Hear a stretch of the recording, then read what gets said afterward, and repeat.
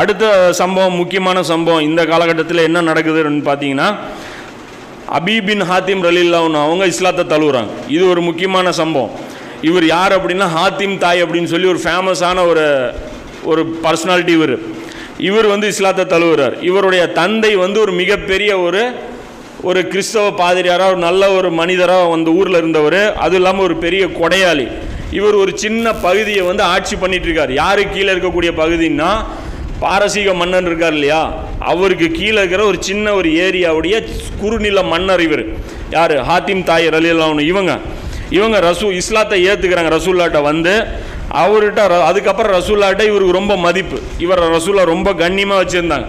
அதே மாதிரி உமர் லியானோ ஆட்சி காலத்தில் இவர் வர்றார். இவர் வந்து உமர் லியானுடைய அந்த டீம்லேயே போய் சேர்ந்துக்கிட்டு அதிகமான போர்களில் வந்து ஈடுபடுறாங்க. அந்த ஈராக் வெற்றி கொள்ளப்படுற அந்த போர்லேயும் வந்து இவருடைய பங்களிப்பு இருக்குது. அதே கடைசி காலகட்டங்களில் அலி லியானுக்கு இவர் வலது கையாக இருந்தவர், அதாவது ஒரு துணையாக பக்கபலமாக இருந்தவர்.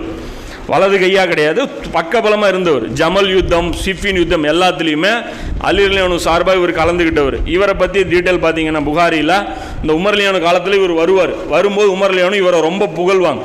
மக்கள் எல்லாம் நிராகரித்த காலத்தில் நீங்கள் இஸ்லாத்தை ஏற்றுக்கிட்டீங்க, ரசூல்லா மரணித்ததுக்கப்புறம் மக்கள்லாம் மாறி போன நேரத்தில் நீங்களும் உங்கள் குலத்தினரும் உறுதியாக நின்னீங்க அப்படின்னு சொல்லி இவரை புகழ்வாங்க. இந்த ஹதீஸ் புகாரில் 4394வது ஹதீஸாக இது பார்க்கலாம். இப்போ இவர் இஸ்லாத்தை ஏற்றுக்கிட்ட சம்பவம் எப்படின்னு பார்த்தீங்கன்னா, அவங்க வீட்டுக்கு வந்து, அதாவது அவங்களுடைய ஊருக்கு நபி ஸல்லல்லாஹு அலைஹி வஸல்லம் படை அனுப்புகிறாங்க. படை அனுப்பி அந்த இடத்துல போகும்போது இவர் ஓடிடுறார். இவர் படை வந்தவுடனே அவருடைய அந்த தலைவர்கிட்ட ஓடிடுறார். அதாவது இங்கே போயிடுறார், கிஸ்ராட்ட போயிடுறாரு.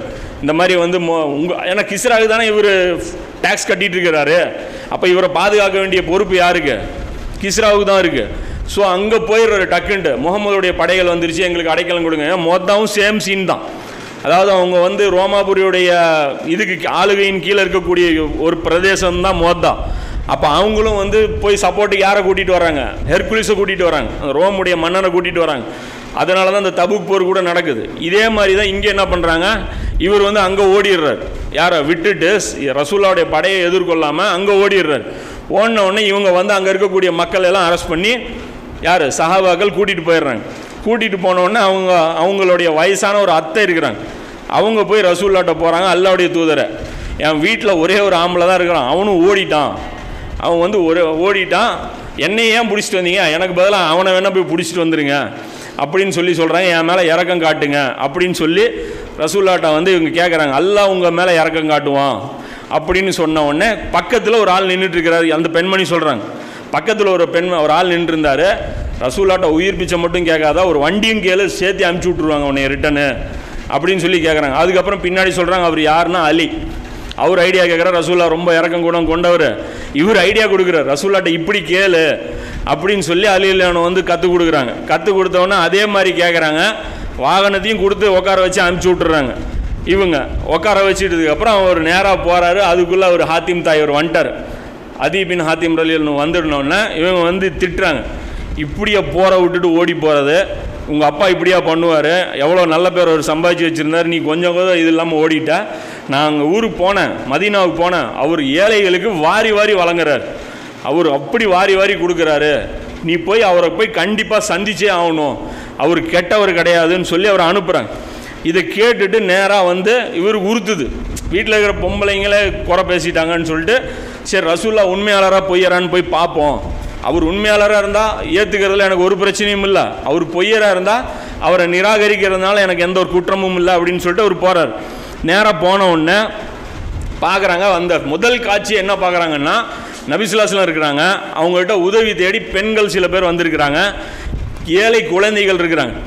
இதை வந்து ரசூல்லா இவர் பார்க்குறாரு, ஹாத்திம் பார்த்துட்டு சொல்கிறாரு, இவர் வந்து கிஸ்ரா மாதிரியான ஆள் கிடையாதுங்கிறது இதுலேருந்து எனக்கு புரிஞ்சு போச்சு, இவர் சாதாரண ஆள், இவர் ரொம்ப நல்லவருங்கிறது எனக்கு புரிஞ்சு போச்சு, இவர் கிஸ்ராவோ ஒரு ரோமாபுரியோடைய மன்னனுக்கு உண்டான அந்த பந்தாவோட இவர் இல்லை, ஸோ இவர் வந்து நல்ல மனிதராக இருக்கணும் அப்படிங்கிறது எனக்கு முதல்ல பட்டுச்சு அப்படின்னு சொல்லிட்டு நேராக போய் ரசூல்லாட்ட போய் பேசுகிறாங்க. அப்போ ரசூல்லா வந்து இவருக்கு வந்து தாவா செய்கிறாங்க, நீ வந்து அல்லாவை வந்து ஏன் விட்டுட்டு லா இலாஹா இல்லல்லாஹ் விட்டுட்டு நீ எங்கே ஓடுற, அல்லாவை தவிர வேறு இறைவன் இருக்கிறதா உனக்கு நினப்பு இருக்கா அப்படின்னு சொல்லி கேட்குறாங்க.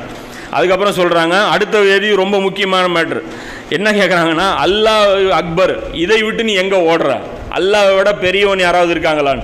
இன்றைக்கி நமக்கு அல்லாஹ் அக்பருடைய மீனிங் நமக்கு தெரியல, லா இலாஹா இல்லல்லாஹ் மீனிங்கும் நமக்கு தெரியல. அல்லாஹ் அக்பர்னா அவனை எவ்வளோ பெருமைப்படுத்துறதுக்கு அர்த்தம் என்ன, அதெல்லாம் நமக்கு தெரியல. இப்போ ரசூலா எப்படி கேட்குறாங்க பாருங்க, இந்த ஊடு விட்டு நீ எங்கே ஓடுவ, அல்லாஹை விட வேறு யார் பெரியவன் அப்படின்னு சொல்லி கேட்டவுடனே இவர் சொல்கிறாரு, இல்லை நான் இஸ்லாத்தை ஏற்றுக்கிறேன் அப்படின்னு சொல்லி இஸ்லாத்தை ஏற்றுக்கிட்டதுக்கப்புறம் அவர் சொல்கிறாரு, யூதர்களை பற்றியும் கிறிஸ்தவர்களை பற்றி ரசூலா சொல்கிறாங்க, நீ யூதனாவோ கிறிஸ்தவனாவோ இருக்காத, ஏனென்றால் யூதர்கள் அல்லாஹ்வுடைய கோபத்துக்குரியவர்கள். இந்த கைரில் மஹ்தூபி அலைஹிம் இருக்காங்களா, மஹ்தூபி அலைஹிம் இவங்க. அதே மாதிரி கிறிஸ்தவர்கள் என்பவர்கள் வழி தவறியவர்கள், வல ஜாலின் இவங்க அப்படின்னு சொல்லி அல்லம் சூறால் வர்ற 2 வார்த்தைக்கு விளக்கம் இவர்கிட்ட சொல்கிறாங்க. சொல்லிட்டு இருக்கிறாங்க. அந்த ஏழை பெண்கள் இருக்காங்க இல்லையா, அவங்களுக்காக ரசூல்லா எந்திரிச்சு போய் மிம்பரில் பயான் பண்ணுறாங்க. இந்த மாதிரி சொல்கிறாங்க, நீங்கள் தர்மம் பண்ணுங்க மக்களே, நீங்கள் போய் தர்மம் பண்ணுங்க.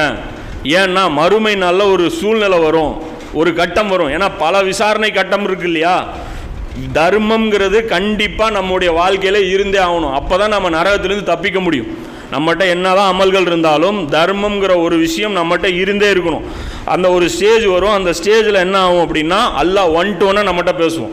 என்ன பேசுவோன்னா, அல்லாஹ் சொல்லுவான், அல்லாஹ் நான் உன்னை பார்ப்பவனாகவும் கேட்பவனாகவும் ஆக்கவில்லையா, நான் உனக்கு செல்வத்தை கொடுக்கவில்லையா அப்படின்னு சொல்லி அல்லாஹ் கேட்பான். கேட்டுட்டு அதை என்ன பண்ண, செலவு பண்ணலையா, எதை செய்து விட்டு என்னிடம் இப்போ வந்திருக்கிற அப்படின்னு சொல்லி அல்லாஹ் பேசுவான். அப்போ அல்லாஹ் பேசும்போது அப்போ சுச்சுவேஷன் எப்படி இருக்கும்னா, முன்னாடி பார்த்தாலும் நரகம், பின்னாடி பார்த்தாலும் நரகம், சைடில் லெஃப்டில் ரைட்டில் மேலே எங்கே பார்த்தாலும் நரகமாக தான் இருக்கும். அப்படி ஒரு சீன் இருக்கும் அப்படின்னு சொல்லி சொல்கிறாங்க. சொல்லிட்டு தான் ரசூல்லா சொல்கிறாங்க, எனவே பேரிச்சம்பழத்தின் ஒரு துண்டையாவது தர்மம் செய்து நரகத்திலிருந்து பாதுகாப்பு பெற்ற அந்த பிட்டு தான் நம்ம சொல்கிற இந்த ஹதீஸு, ஃபுல் ஹதீஸு இதுதான்.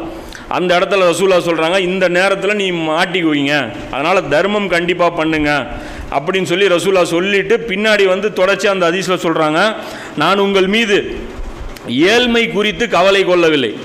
அதாவது சஹாபாக்கள் விஷயத்தில் சொல்கிறாங்க, நீங்கள் ஏழையாக போயிடுவீங்கன்னு நான் கவலைப்படல, அல்லாஹ் உங்களுக்கு நிச்சயம் உதவி செய்வான், நிறைய வெற்றிகளையும் நீங்கள் அடைவீர்கள். எதுவரை எனில் ஒரு பெண் ஹீராவில் இருந்து யஸ்ரிப் வரை திருட்டு பயம் இல்லாமல் பயணம் செய்து வருவார். ஹீராங்கிற அந்த பாரசீகத்துடைய எல்லை அது, அங்கேருந்து மக்கா வரைக்கும் ஒரு பெண்ணு தனியாக ஒட்டகத்தில் வருவா, பயப்படாமல் வருவா, அந்த ஒரு நூலில் நிலை வரும், அது வரைக்கும் இந்த நடைபெறும்ங்கிறாங்க. அப்போ இவர் நினைக்கிறார், ஹாத்திம் தாய் ரலியல்லாஹு அவங்க என்ன நினைக்கிறாங்கன்னா, இந்த பனு தையுடைய கொள்ளையர்கள் அப்போ எங்கே இருப்பாங்க, இவர் ரசூலை இப்படி சொல்கிறாங்க, இங்கேருந்து இது வரைக்கும் ஒரு பெண்ணு தைரியமாக வருவான்ட்டு, அப்போ இந்த கொள்ளை கூட்டம்லாம் நிறைய இருக்குது, இவங்கெல்லாம் எங்கே போவாங்க அப்படின்னு சொல்லி எனக்கு டவுட் வந்துச்சு. ஆனால் பின்னாடி அதுக்கு அடுத்தது ரசூலை மொத்தம் 3 முன்னறிவிப்பு செய்கிறாங்க. ஒன்று இது, ஒரு பெண் இப்படி வருவான்னாங்க. ரெண்டாவது என்ன சொல்கிறாங்கன்னா, கிஸ்ராவுடைய கருவூலங்கள் வெற்றி கொள்ளப்படுவதை நீங்கள் பார்ப்பீங்க. அதாவது இவர் கிஸ்ராவுடைய அடிமையாக, அதாவது கிஸ்ராவுக்கு ஆட்சி கீழே தான் இவர் வர்றாரு. அப்போ இவர்கிட்டே சொல்கிறாங்க, கிஸ்ராவுடைய கருவூலங்களை நீ பார்ப்பீங்க, உங்களுக்கு மட்டும் வயசு அதிகமாக இருந்துச்சுன்னா அப்படின்னு சொல்லி ரசூலா சொல்கிறாங்க. மூணாவது என்ன சொல்கிறாங்கன்னா, ஒருத்தன் ஒரு தங்கத்தை எடுத்துகிட்டு தர்மம் பண்ணுறதுக்கு ரோட்டில் அலைவான், ஆனால் அவனுக்கு தர்மம் வாங்கிறதுக்கு யாரும் கிடைக்க மாட்டாங்க அப்படின்னு சொல்லி இந்த 3 முன்னறிவிப்பு சொல்கிறாங்க. இதில் ஹாத்திம் தாரில் சொல்கிறாங்க, 2 நானே பார்த்தேன். அதாவது இந்த கிஸ்ராவுடைய கருவூலங்களை போய் வெற்றி கொள்கிறாங்க இல்லையா, அந்த படையில் இவரே இருக்கார். அந்த உமர்லியாவுடைய படையில் இவரும் இருக்கிறாரு. இவர் போய் அதை ஜெயிக்கிறாரு, சொல்கிறாரு. ரசூல்லா அப்போ சொல்லும்போது அதுக்கு பாசிபிலிட்டிஸே இல்லாமல் இருந்துச்சு, ஆனால் அது நடந்துச்சு. அதே மாதிரி அந்த பெண்மணி வழியில் அந்த பெண்மணி ஹஜ்ஜுக்கு வர்றாங்க. பார்த்தா இவர் பார்க்குறாரு, வர்றாங்க. அந்த பெண்மணி எங்கேருந்து வரேன்னு கேட்டால், நான் ஹீராலேருந்து வர்றேன் அப்படிங்கிறாங்க. அப்போ அந்த மாதிரி 2 காலகட்டத்தையும் நான் பார்த்தேன். மூணாவது பார்த்தீங்கன்னா ஈசா நபி காலகட்டத்தில் நடக்கும். அந்த செல்வம் அந்தளவுக்கு பெருத்துரும் அப்படிங்கிற அந்த காலகட்டத்தில் அது சொல்கிறாங்க. இது ஹாத்திம் தாரினுடைய ஹதீஸ். இது பார்த்தீங்கன்னா புகாரில் 3595 இந்த ஹதீஸ் இருக்குது.